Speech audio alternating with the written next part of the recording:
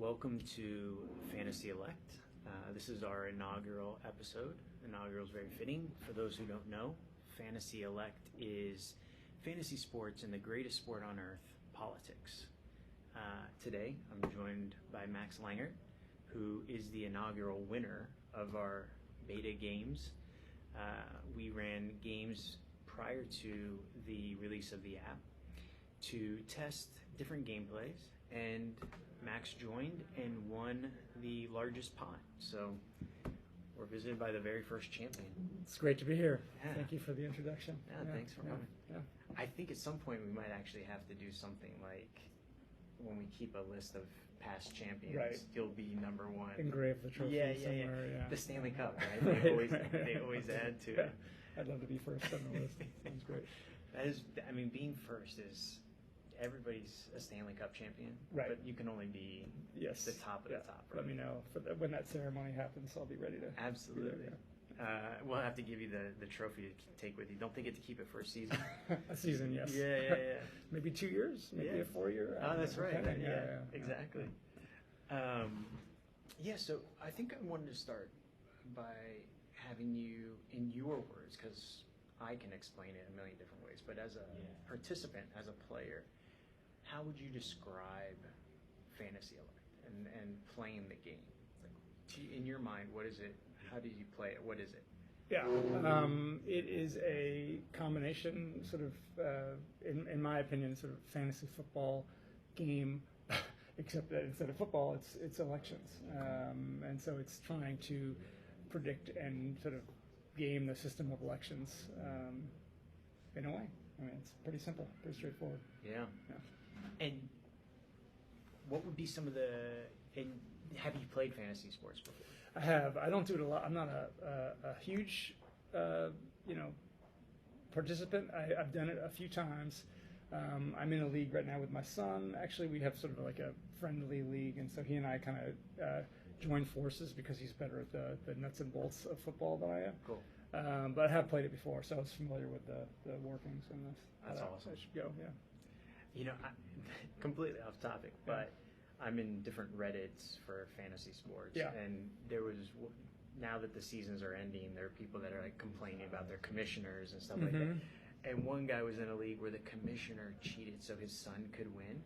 Oh, nice. And they were like $1,000 on the line or something. But he was lined up against the guy who had stopped kind of participating. But then as a commissioner, he changed something on the other person's team, and that's terrible. Yeah, it's like causing a huge rift in the league. Yeah, it's funny you say that. You know, the first time we played together, because we were co-managing. Oh, actually, it's the side story.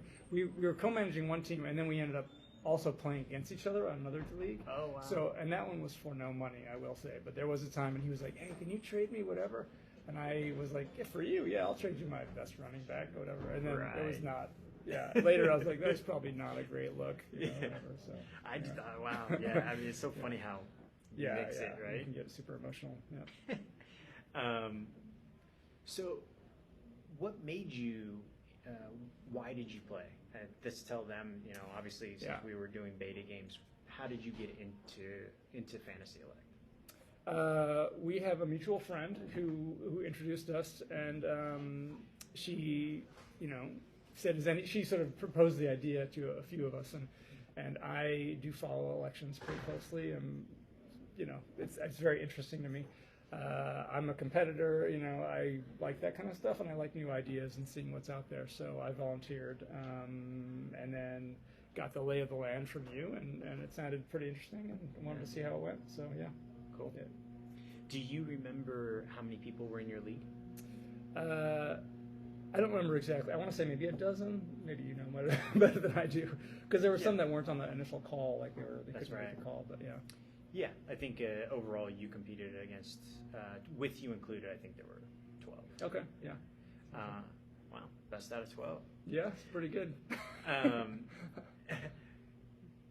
As you played the game, did you find some similarities in the experience? Were there things that were more enjoyable based on the type of game that it was compared to being a sports game? Or were there things that were just different? Well, this, boy, setup, the idea, the concept is the same or very similar.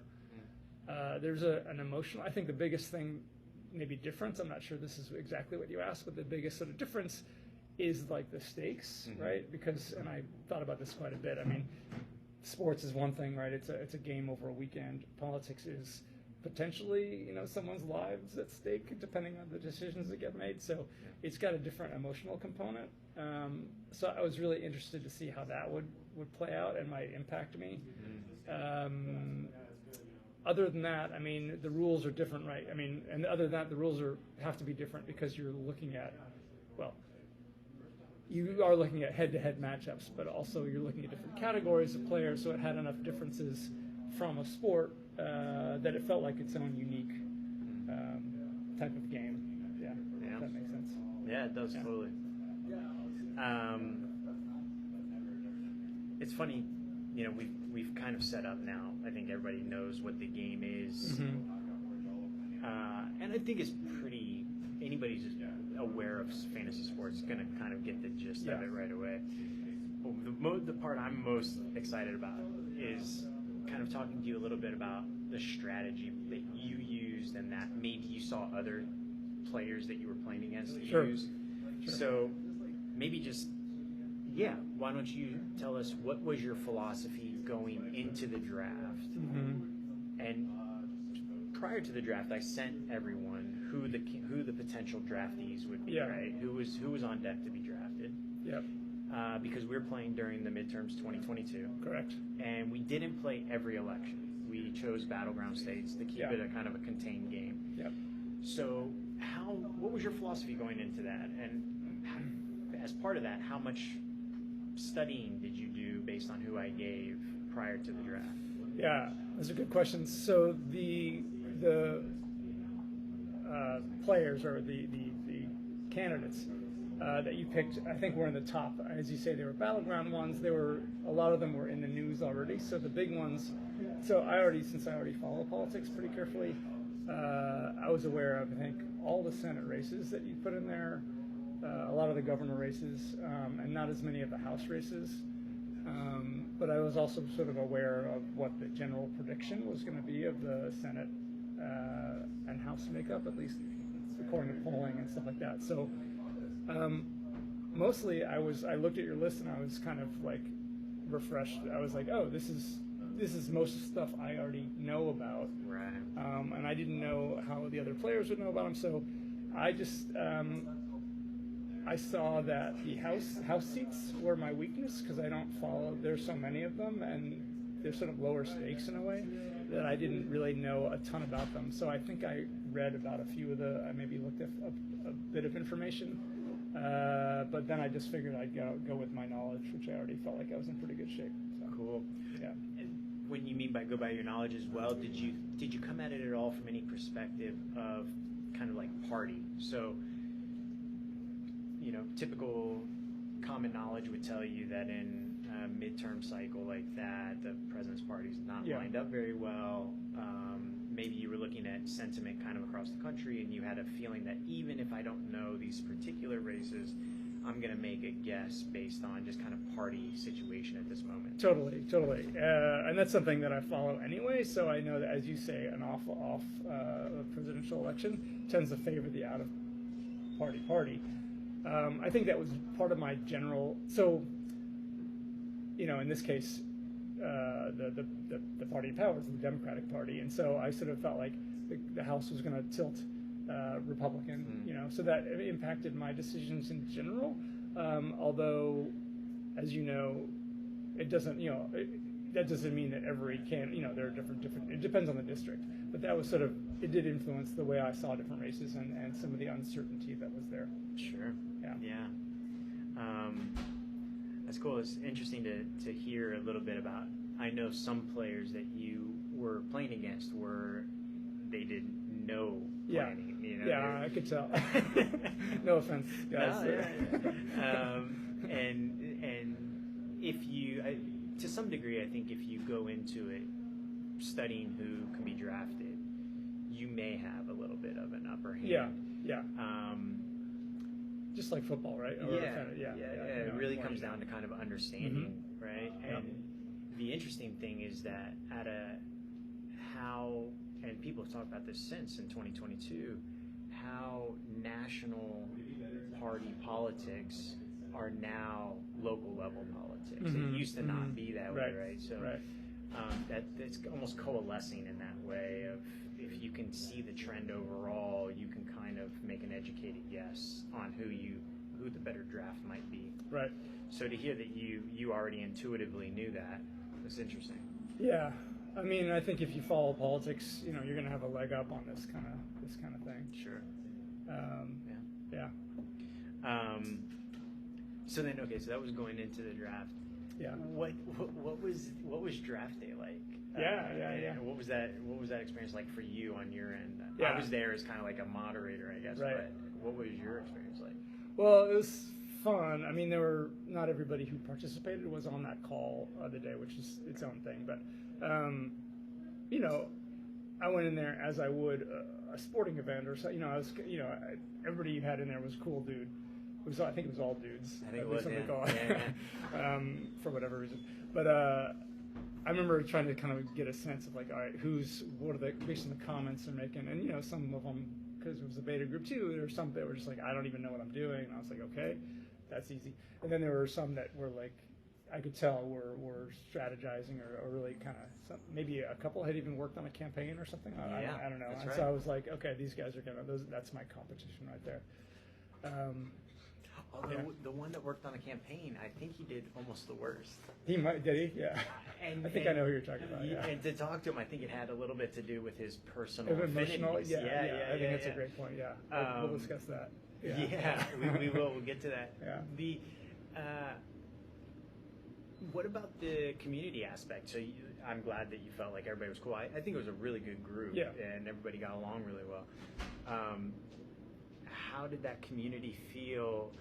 Was it surprising for you? Because politics can be a hot button issue, right? Passions can flare. Right? I think my main worry, and we can talk about this too, was as you say, I think the main concern about all this for me was like, people can get very passionate, and I don't, and I'm a pretty, diplomatic person, and so I was a little nervous. I could handle it, but I was like, I don't really want to get into a lot of heated arguments. I don't want there to be a lot of like, why would you pick this person, whatever. And so I was wary of that. It wasn't a concern, especially in that group. But that was something I was like, there's a lot of rhetoric out there is this going to be like a Twitter, thread, or is it going to be just people being reasonable? Right. So I just didn't know.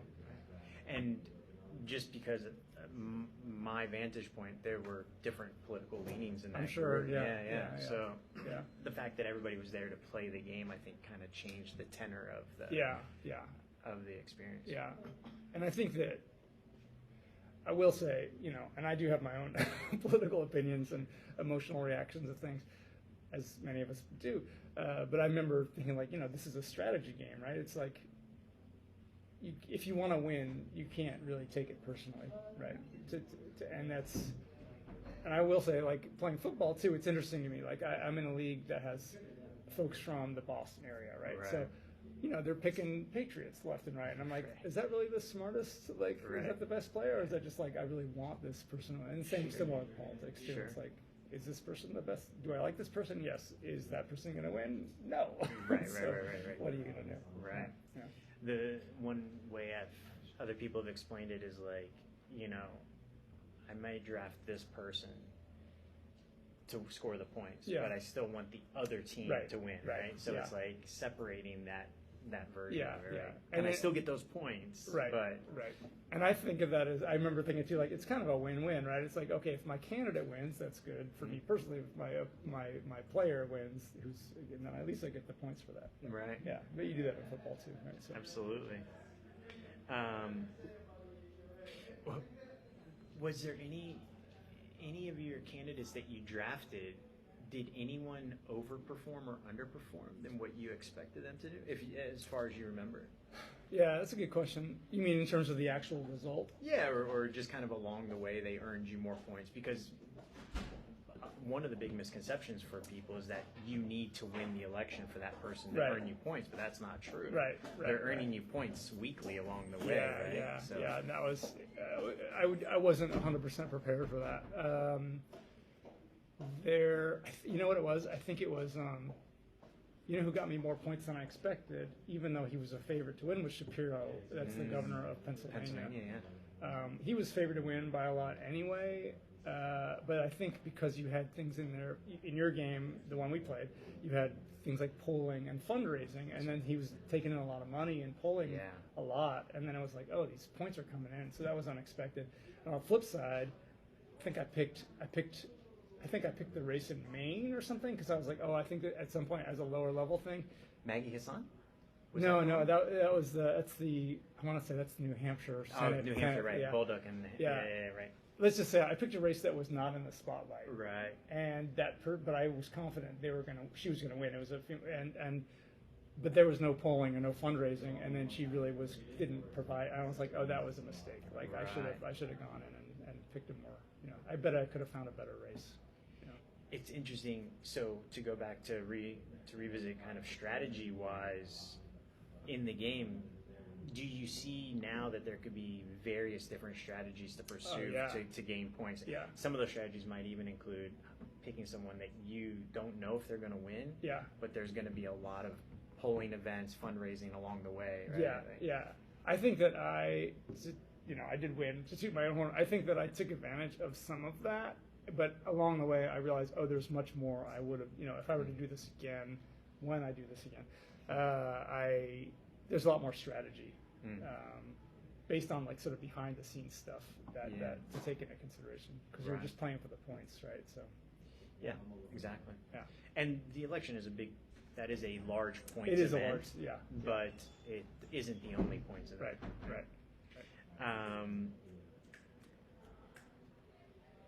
So, when people are playing fantasy football, right, you have injuries. And not that I know of anyway, there haven't been too many political injuries, but there are some scandals that can come out or unforeseen events. Yeah. I think we had George Santos in our game. Was he? I think he was. I don't remember, but I wouldn't have known. I don't think he got drafted by anyone, but as I went back and looked, I think he was one of our New York potentials. Yeah. No scandal during that, right? No. But now we have some scandal potential, right, definitely. Surrounding him, right? Definitely. So, looking for this 2024, right? How do you think strategy-wise you would deal with you have a Santos on your team? Do you keep him in? Do you use your bench? Do you Yeah. I think you look at the bench. I think that in our game, I have a feeling I didn't do it. We had the options to trade people out. As you mentioned, there's not a ton of this stuff. Doesn't seem to happen a lot, right? It might happen to one or two people here and there. So I don't think we had much, if any, movement as far as I can remember. I don't. Maybe other players did, but on the bench and stuff. Yeah. But if that had come up during the race, I would have looked to bump up. I would have looked to the bench. There's scoring to take into consideration. I think this is something too I wondered about. Like if you take someone, let's say Santos, for example, hypothetically, was doing really well and pulling really well, and then you get points for that, and then you pull him out, and then he has a scandal and you pull him out. I think you still get those points, if I remember. Anyway, it sort of depends on the rules, but you want to look at the rules. Right. And I will tell you, do you want me to tell you an example of? Yeah. No. So I will say that I did have a candidate. I had John Fetterman. That's right. And that wasn't a scandal, but as we know, he had an injury. He had a stroke, and then he had a disastrous debate performance. Right. And he had been favored to win, and I thought after that debate, he's not going to win anymore. Right. And so I considered trying to pull him out, and I almost did it.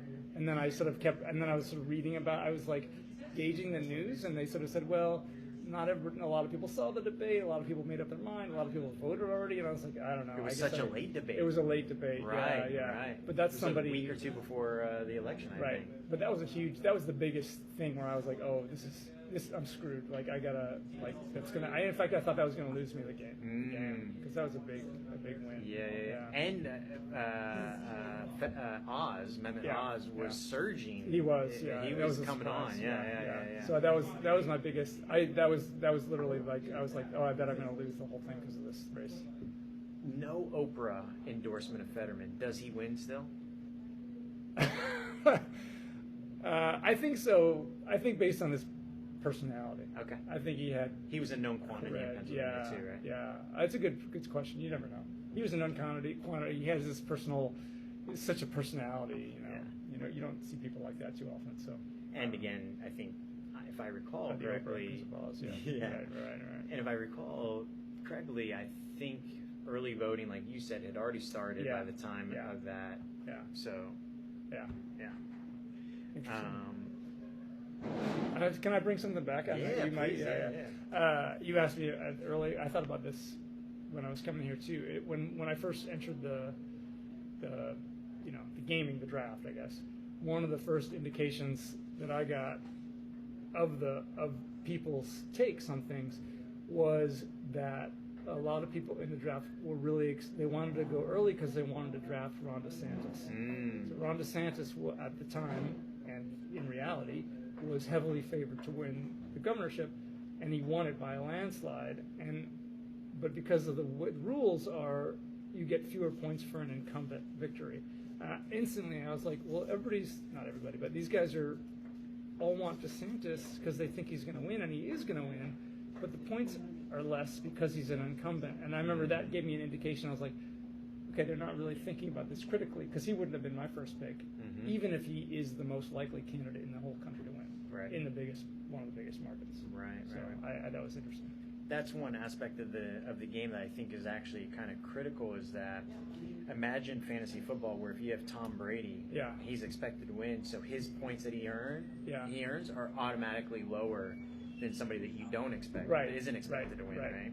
So I agree with you. I think that there is a potential strategy where you could just identify all of the challengers that are strong challengers with weak incumbents, and that is a much higher potential for sure.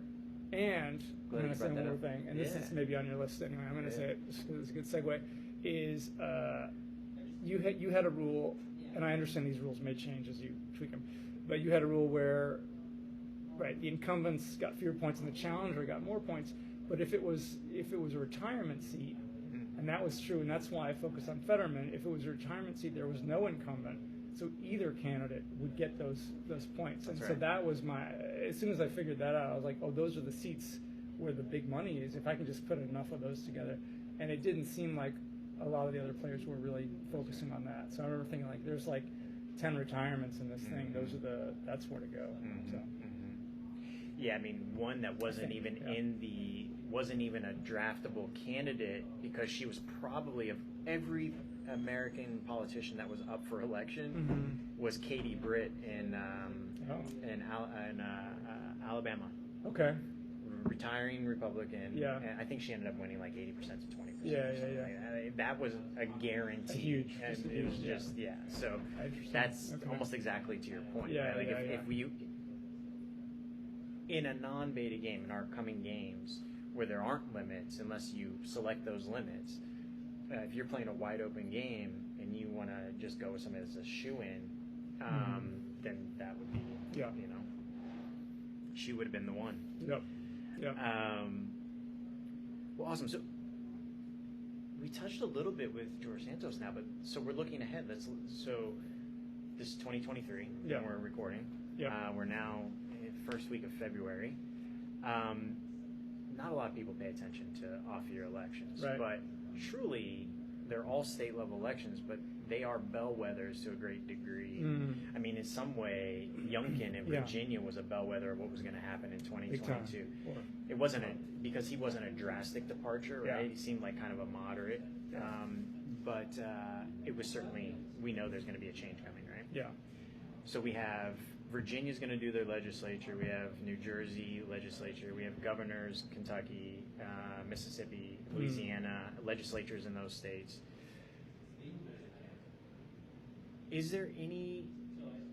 what would your strategy be on a state level now? We're not talking about national candidates, right? And we had national candidates, but if you talk about a House race, that is a state race. Like you said, there's so many different congressmen. Yeah. It's very kind of local. Right. Can't know all of them. You're playing, let's say you want to look at governors in Kentucky, Louisiana, Mississippi, legislatures. What would your strategy be for a place where you don't live? Right. How are you going to approach that? I don't have a great answer for this other than reading the news and reading, trying to read what I would consider relatively objective, like commentary on those races. I just don't know. Like, I'm trying to think. Kentucky, is that Bashir or something? Yeah. Right. So that's something you wouldn't expect a Democrat necessarily in Kentucky, whatever. But he seems like he's pretty popular. How popular is he? I don't know. Is it waning? Whatever. All those things.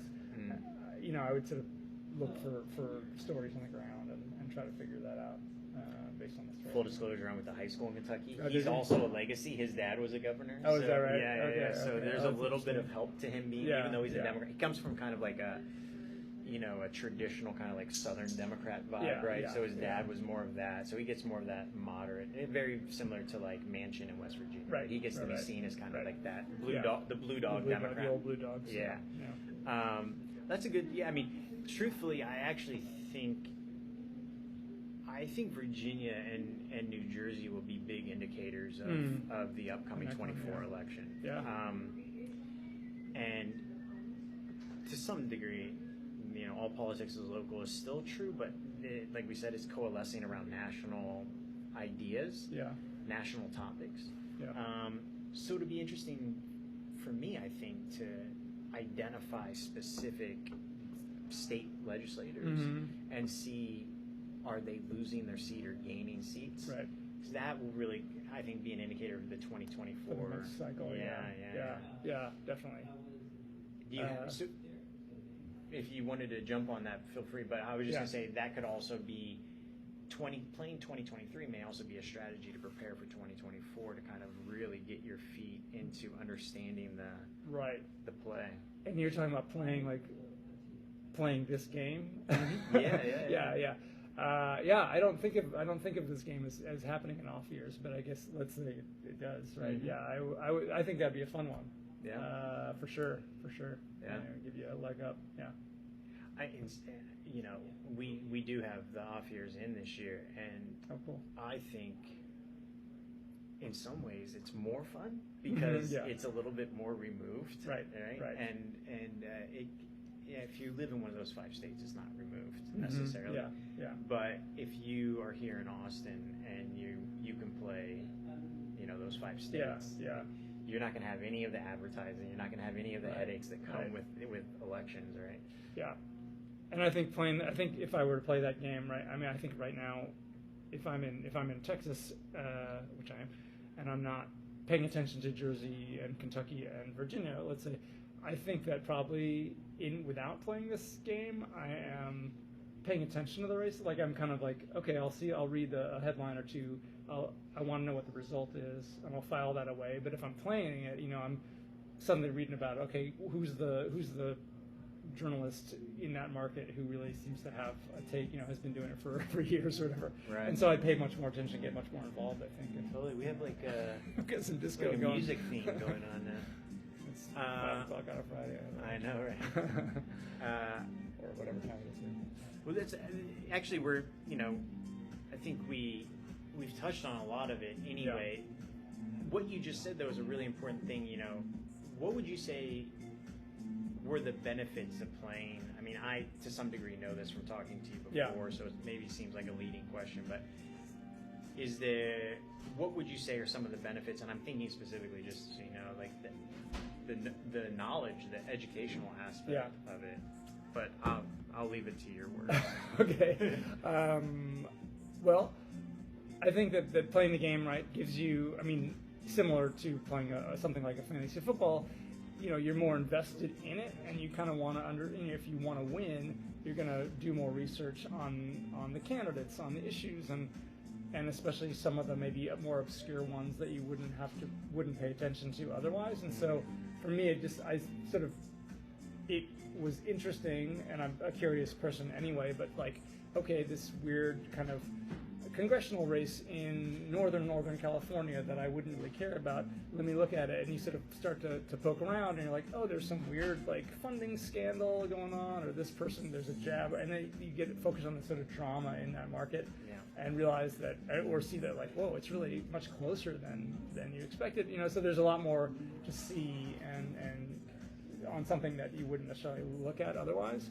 And I think another benefit, this is maybe not quite what you're asking me, but is, I found it a benefit, is actually going through that exercise of like, I'm playing the candidates, and so rather than just sort of saying, this candidate is bad because of where they're from or something like that, it's like, well, okay, what is this candidate, what are their advantages in their market, and what could make them a good candidate? And so suddenly you're kind of potentially rooting for somebody that you would never vote for, right? And so it's like, okay, I would never vote for this person, probably, but I kind of want him to win. Like, let's get him a good debate performance. Let's, whatever. And so that's, at the very least, it's kind of an exercise in like balance and staying objective and stuff like that. So I like that a lot. Yeah. I also think, like, in my mind, one of the things is even to work it in reverse. So much of politics we're trying to figure out, like, what do the people want? Like, we're playing this game, we're like, oh, who are these people going to vote for, right? But as we're playing the game and we're seeing who's doing well, that tells us something about the people that they're representing, right? Like, oh, this person is resonating with the electorate. Why? What is it about this person that is resonating with them, right? And to me, I think one of the, if not the primary, certainly one of the top reasons that I wanted to build this is I am so interested in culture and how politics is a representation of who we are in so many ways. Yeah. So that's really a lot of it as well when you even reverse it back, why is that happening? Right. So for example, like, wow, I'm making this up, but it's like garbage collection, like, garbage collection consistency is incredibly important to this one market. Like, what a weird thing, or what's wrong with their garbage collection that is so, why do they care so much about this one issue? So it's pretty interesting. Totally. Yeah. So I guess just to wrap up, I think my real question at the end that is the thing still lingering in my mind is, you and I, obviously, this kind of game resonates with us. And there's a reason why I wanted to build it. There's a reason why you were willing to play it and take the risk. Maybe you said you find you are a politically informed person. You're interested in staying informed. Yep. What would you say to somebody who's like, I don't want to play the game, I hate politics, I hate politicians? What would you say to convince them otherwise, maybe? Or not even convince them, but just maybe give them a counter view of what actually they could get from it? Yeah. Obviously, I'm trying to think of the football element. If it's fantasy football, like, there are plenty of people who would say, I hate football, I don't really care. And I'd be like, well, maybe you don't want to pay attention. I understand. But I would say, like, the political thing is different, right? Because I would say, I guess the counter argument to that is like, well, maybe if you knew more about them and what's happening in society or in various districts or what they stand for or why people are voting this way, maybe that would be more interesting to you, and maybe that would help link you to your district or the culture, or at least inform you of something, and maybe it'd be of value. So to some degree, it's an educational thing. Like, do you have any interest at all in learning more or whatever? And so I mean, that's what I would say. And obviously a blanket, like, I hate politics and politicians, they may have just turned off completely, but I would say that this is the kind of game where it could turn some people around. They could say, you know what, I kind of looked at this thing and I actually ended up liking this person, or this person, actually whatever, and or just like, I thought I was going to like this person and I didn't like them, or they seem really sketchy, it goes both ways, but that's, I think, informational. And as someone who encourages voter participation in general, I would say, like, it's kind of interesting. It's good to get ahead of that stuff. So, yeah, that's awesome. I think the hope is that your experience was a good one. There was a good group of people. If I might say, I hate politics, I hate politicians, but if my friend Max comes to me Yeah. and says, hey man, we're doing this thing, Yeah. $20 buy-in, Yeah. it's fun, I played it before, Yeah. you should jump in, that when I do it, this game is actually changing how we interact with politics. Yeah. Rather than being made promises to and always being disappointed maybe, or just being very cynical in the experience, we're able to externalize it and learn while also participating with our community in a way that's a positive experience, I think. Yeah. That's at least the hope, right? I think that's a good optimistic hope. Yeah, but I think there's something there, and I mean, knowledge is power, right? Yeah. I think so for sure. Okay. And there's right. If you come in for the money element or the gambling element or or whatever, maybe that's not the right word, but there's incentive there, and maybe that changes people's minds a little bit. Yeah. Well, listen, we have music, but you certainly. You didn't ask me questions, and you don't have to. Yeah. But I didn't want anybody to feel like, and I certainly don't want you to feel that it's an interview, like drilling the questions. But did you have any? I don't have to have any, but anything you wanted to add, or? Yeah. Well, I have I was thinking. I do have a question or two to ask you. I might have asked you one of these in the past, but well, first of all, I actually asked you the question like, did you poke around? I mean, has anybody done anything like this before, or you know what I mean? Like, what's the? Yeah, there have been some kind of similar forays in other iterations. So in about 2012, there was a company called Fantasy Politics. Oh, okay. It wasn't exactly the same. It wasn't just based around elections. It was based around political personalities. Mm-hmm. So it kind of involved inside the Beltway media. But I saw them. There was also a couple of high school kids in, I want to say New Jersey, who won a congressional prize, like $3,000 for, in 2018 maybe, they made an app, an elections app, game app, fantasy elections game app. And I reached out to some of the previous companies and haven't heard back. I think, and actually anybody who's familiar with like fantasy sports, FanDuel and DraftKings are the big two. If you read $1 Billion Fantasy about the battle between them, in 2007, before FanDuel got into sports, one of their ideas was a current events political version. Yeah. And they felt like it wouldn't. They saw too many obstacles to it. But I think from 2007, FanDuel, 2012, Fantasy Politics, I think our culture is different now. I think we are more politically engaged. We're more, maybe more team-oriented about it. There's more enthusiasm. There's more engagement overall. It seems like now we're in a different environment for it. So yeah, but there have been a couple other, and the idea for my first idea of this was in 2015. Okay. I was playing fantasy football around the time that Trump came down the escalator, and suddenly there was a lot of enthusiasm and energy in politics. And I said to somebody I was in the league with, I was like, "This is the game we should be playing."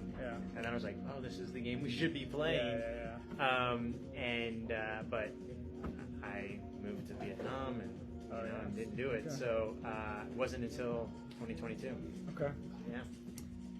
Was there anything that surprised you? I mean, you must have had some idea of some of maybe the reactions or risks, and obviously you had some control, I guess, in terms of who played the beta version and stuff. But did you worry at all that things would get heated, or that it would go off the rails in any way, or I don't know? I believe every correspondence that went out to everyone had everybody's information DCC'd, because I didn't want anybody to be able to communicate independently with each other. Right. So there was always in my mind, like, I have always felt like we should be able to talk about politics and respect each other. Sure. And it can be good fun. Like, you can be an Eagles fan, I can be a Cowboys fan. Right. We can make fun of each other's teams. We can be like, you suck and you suck, whatever. Right. But we can do it in good fun, right? Yeah. And still be friends about it. Yeah. And that's kind of how I feel about this game. Is like, we can hate each other's teams, but that doesn't mean I don't get along with you, right? So I was cognizant of the fact that it could devolve. Yeah. And I try to prevent that. But part of me was like, I don't think it will. I just don't think. Mm-hmm. I don't think these guys are gonna do that. Right. You know. Right. So yeah, I guess that's kind of a non-complete answer. Like it's not necessarily a pretty complete good. answer, but It's it's pretty good. kind of where I was Yeah. on it. Yeah. And I had a lot of once the draft happened and I saw everybody engaging with each other. Mm-hmm. That was when I kind of like was. I think I had a smile on my face the whole Yeah, time. Like yeah, that was yeah. when I like kind of was relaxed about it and everything. Yeah. But the experience for me throughout was far. I never learned so much about politics my entire life. Yeah, I think there was yeah. like 300 or so Google alerts every day that I was like parsing through, and Amazing. yeah, because we hadn't created our Yeah. sifting process yet of data collection and being able to aggregate it. So yeah. And then what are there things, and you don't have to share this with me now, but are there things you would do differently for next iteration? Yeah, actually, I mean, Like the rules beta games and- were super helpful. We made changes in the game design based on feedback, and even things that I recognized or were recognizable in the play of like, this isn't working the way we want it to work. But you gave great feedback. You probably remember like 2 or 3 times about being able to see the scoring event, like the backup information to it, Right. rather than just me sending out like an update, like so and so got this many points. Like here it is. Here's a link to the right. So that was a big one for the game itself and for future versions of like, oh, we need to make sure that this is all known. You know, like it's not just this is what happened. Yeah. That way all of the information's on the platform. Right. Cool. Yeah. And did anything surprise you about the way it turned out? Or I didn't think it was going to be so close.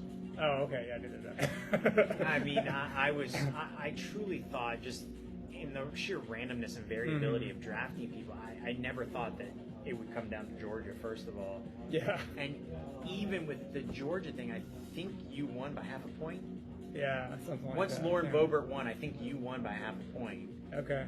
If she had lost, you would have won by, I think, 2 points. Yeah, okay. That sounds right. So, yeah, I mean, I didn't expect that. Yeah. Oh, right. And it counts and everything. Anyway. It didn't come down to the last race because hers was the last race to be called. It did come down to Georgia. To Georgia, yeah. We had to wait for that. Yeah. And that was another thing that we learned. It was like, we know there are going to be runoffs and Alaska's ranked choice voting and all these things. So how do we address that?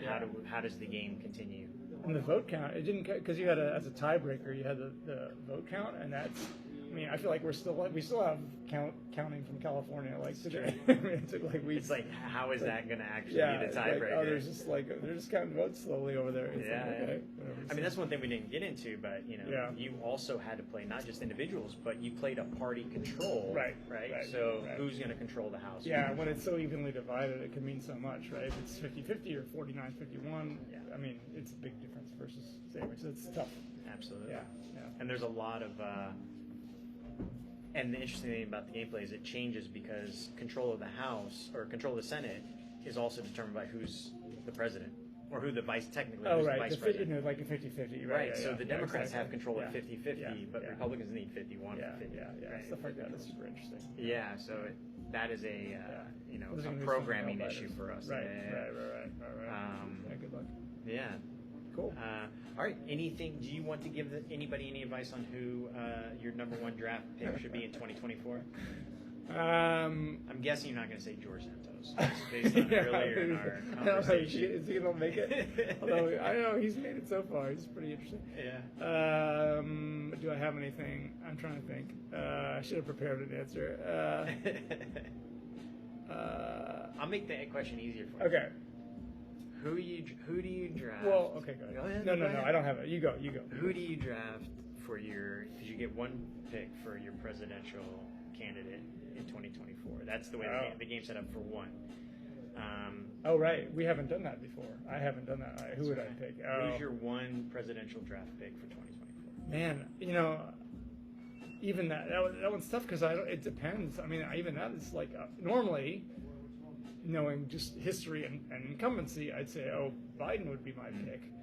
But I mean, he's wavered. There's a lot of discontent among his own party. And then Trump. I mean, I don't even know if I had to pick. I'm going to go out on a limb here, objectively, and say Biden.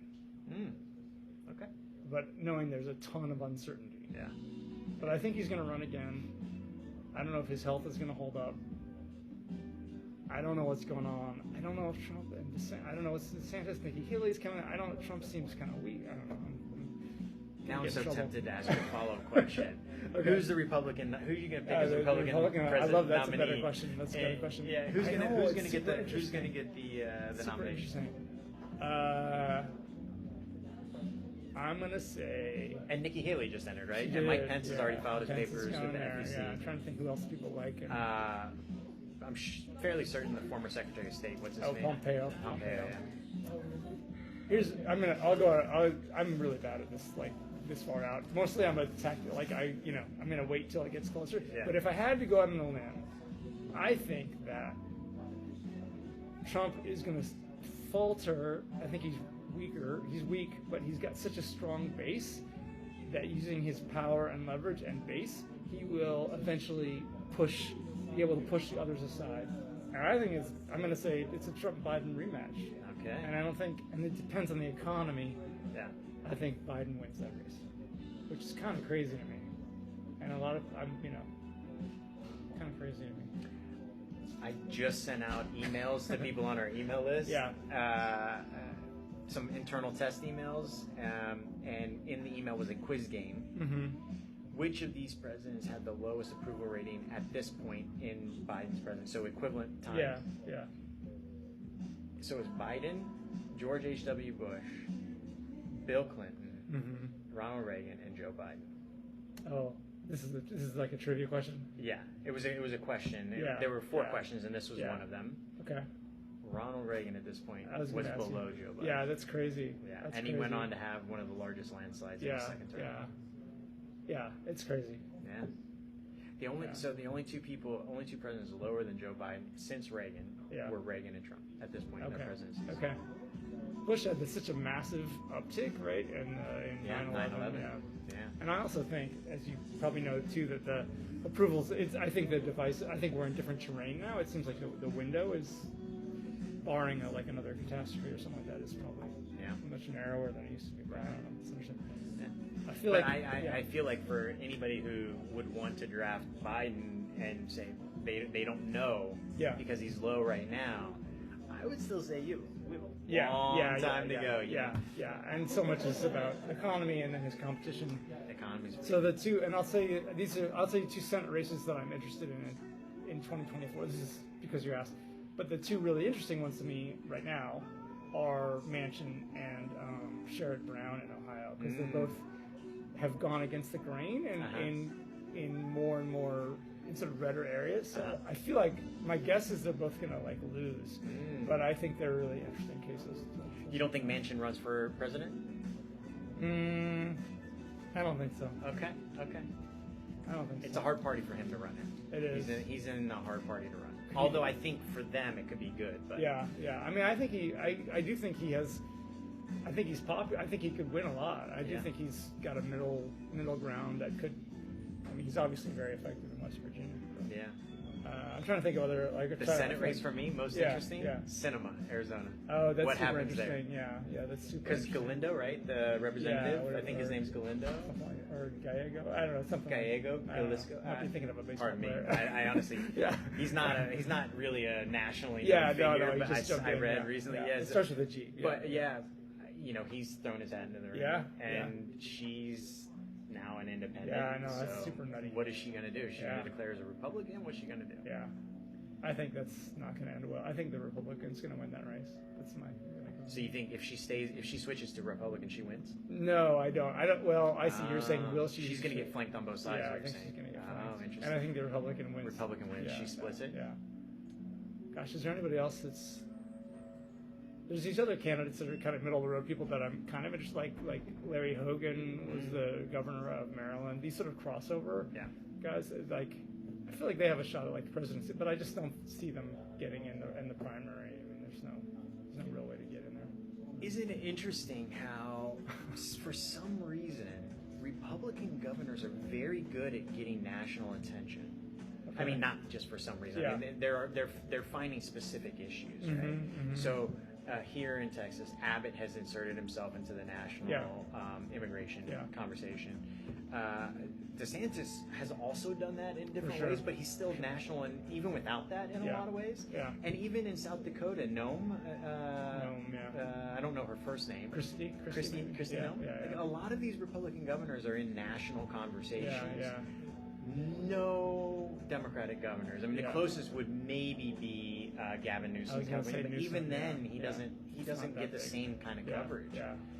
Which is interesting because of the big media market. California, you would think that he could, but it doesn't break through the same way. Yeah, it's interesting. Right? Yeah. So there's a lot of state executives that are Republicans that can kind of become national superstars, but you don't see that in Democrats anymore. Yeah. Interesting. Right? Well, that's going to keep. Yeah. I would say Newsom is the most out there. I think he's done some advertising in like Florida. He seems like he's kind of trying to put himself out there, but it's not as effective as those guys. Yeah. And those guys don't even have to spend ad dollars. I know. Right? They're just in the news. Right. They just keep getting themselves in the news. We could do a whole episode on this. I know. I'm thinking to myself now. I'm glad this is recording. All right. Well, I wanted to say thanks. Yeah. Recording conditions not great for our first time. Cool. Hope it recorded okay. Yeah. My theory is I'll go through and clean it up, but the hope is you'll come back and we'll do many of these. And 2023, I can't wait to see talk more about. My commentary job, my Tom Brady. Listen, we get you on contract. 37 million a year. Yeah. Cool. All right, so. This would be interesting for you. Some of the future episodes, topics that we have coming up: draft day strategies, how to choose the right politician, the future of fantasy politics. Okay. So where is it after 2023? Where is it 2024, 2025, 2026? Cool. That interests me quite a bit. Yeah. And I wanted to let everybody watching or listening know that we do have a Twitter account. We are at @fantasy_elect. And would love to open up the community for more people. So taking questions, suggestions for future episodes, feedback on this episode. You'll find a link to all of our socials in our biography and our bio. But thank you for joining us, Max. Hey. Champion number 1. That's right. Thanks for coming on. Yeah, thanks for having me. Taking the time. A lot of fun. Cool. Awesome. Did I hug it at the end? Did you want to say goodbye? No, you were great. Okay, cool. It was your show. I would have felt weird saying